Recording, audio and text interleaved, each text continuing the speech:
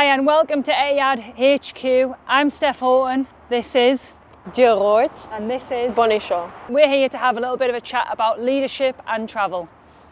How do you build a positive culture and team environment? Firstly, making everyone feel welcome and a safe space so that people can voice their opinions, whether it's positive or negative. That's one of the main things, because if a player, for example, come in and they don't feel like, oh, I can voice my opinion, they'll keep what they have, and sometimes that what they have to say is very valuable for the team. Yeah. So I think making them feel welcome and comfortable is definitely important. So I think young players involve them a lot and make everyone feel valued. I do think in terms of like the value piece is massive. I think if you can provide value to people, I think then they can be themselves and they can feel like safe enough to say whatever they need to do. And I think smiles on faces bring energy. That always creates a good environment when you're coming into work.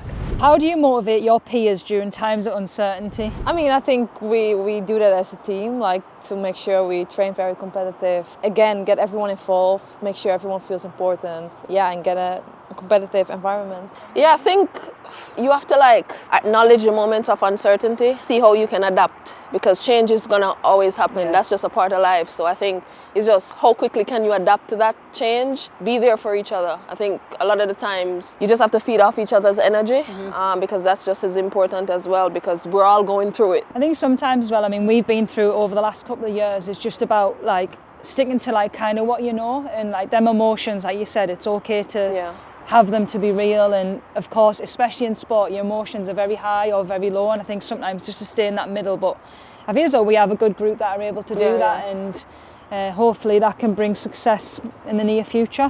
How do your leadership skills transfer and help you succeed across disciplines?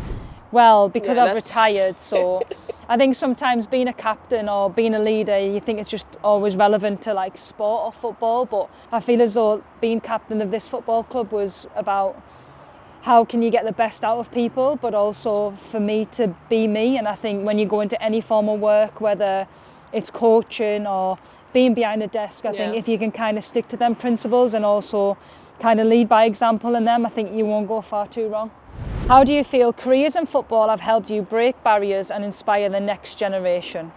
Looking back, it wouldn't have been possible for me. You know, I don't try to change anything. I don't try to do anything different. I just wake up every day, have a routine, what I try to do. But then the younger generation, the way women's football is, you can now have access to watching it on TV. So I think me just being who I am as a person and what I do each and every day on the pitch, I think just transfers to the younger generation, and they look and say, oh, I would want to be a next Steph Houghton, I would want to be a next Jill, I would want to be a next Shaw. I think you're being too nice to yourself there. I think you need to be like, yeah, you're a superstar.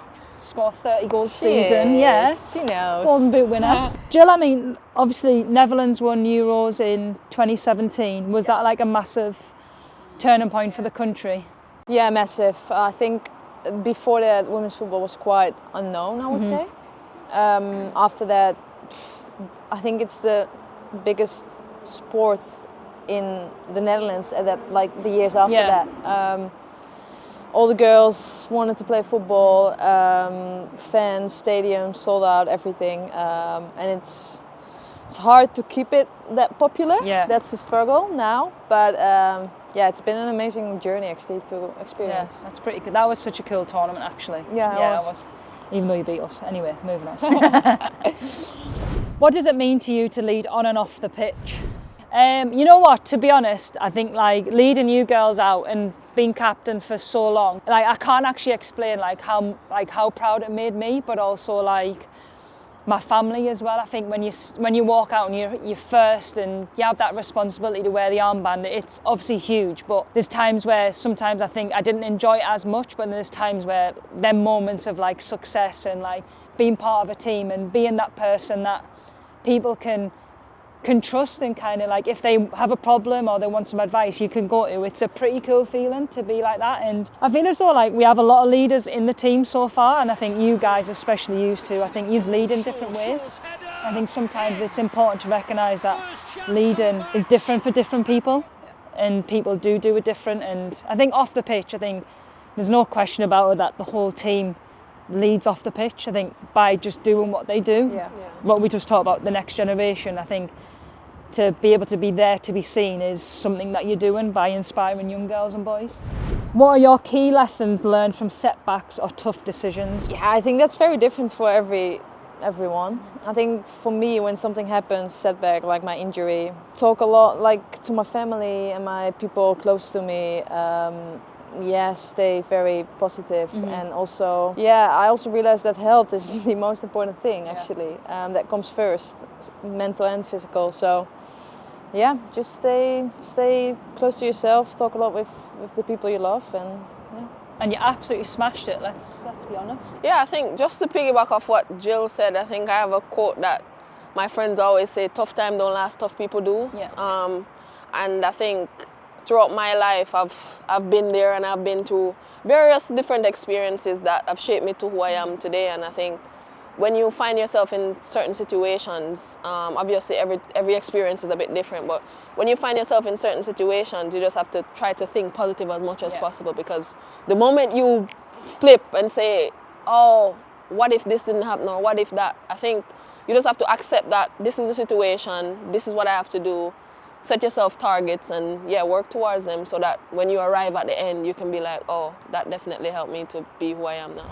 How has travel broadened your horizons? I love traveling. I like to see different cultures, different places that I've visited over my lifespan have definitely helped me. Just by me traveling and experiencing different cultures, I think definitely shaped me to who I am in terms of like the thought process. Different cultures and different experiences definitely shaped me, and I think I'll continue to do that. So What are your favourite destinations to travel to and why? I went to Australia for the World Cup. I thought that was beautiful country. Did you get like much time to see? Yeah, so the first 2 weeks before we started, we were in Sydney, which was really beautiful. Yeah. Weather was nice, beaches. Didn't go in the water because of the sharks, but no, beautiful country. Like, really enjoyed it. What are your highlights from your time in Abu Dhabi? The weather, first of all, great.